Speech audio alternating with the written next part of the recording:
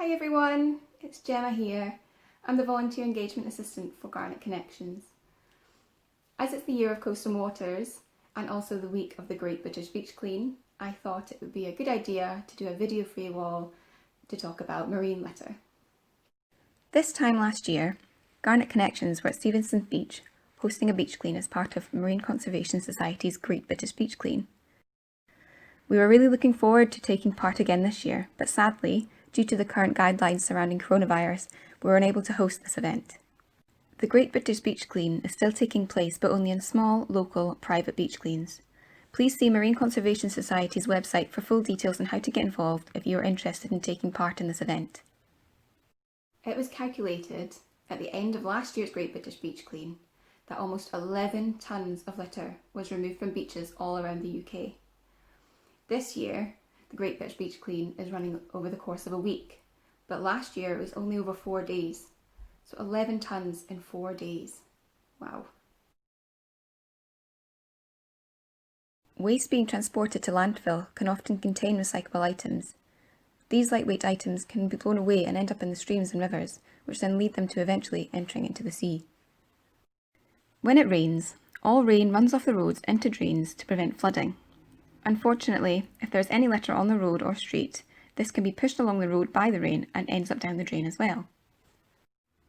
There are items such as cotton buds, wet wipes and sanitary products that people are flushing down the toilet that are too small to be filtered out by the wastewater system and are ending up in the ocean. We must make sure it's only the 3 P's that are going down the toilet: pee, poo and paper. Everything else must go in the bin. As we become more environmentally aware, more and more companies are creating recyclable products. This is fantastic news, but only if you remember to recycle them correctly.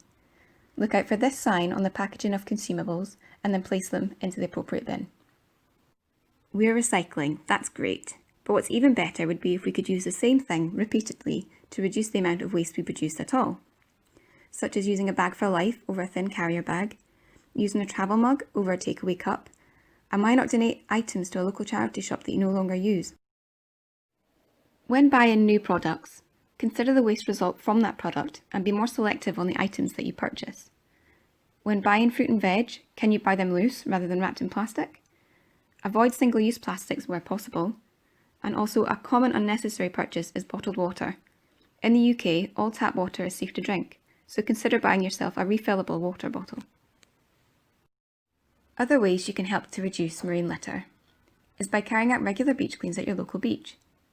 Marine Conservation Society has lots of information to help you start organising your own beach clean, but there are also regular beach cleans carried out by small local groups that would be worth getting in touch with. In keeping with Marine Conservation Society's Great British Beach Clean, I've obviously spoke a lot about beach cleans, but even if you don't live near the coast, there are other ways that you can help. As I said earlier, over 80% of all marine litter comes from land sources.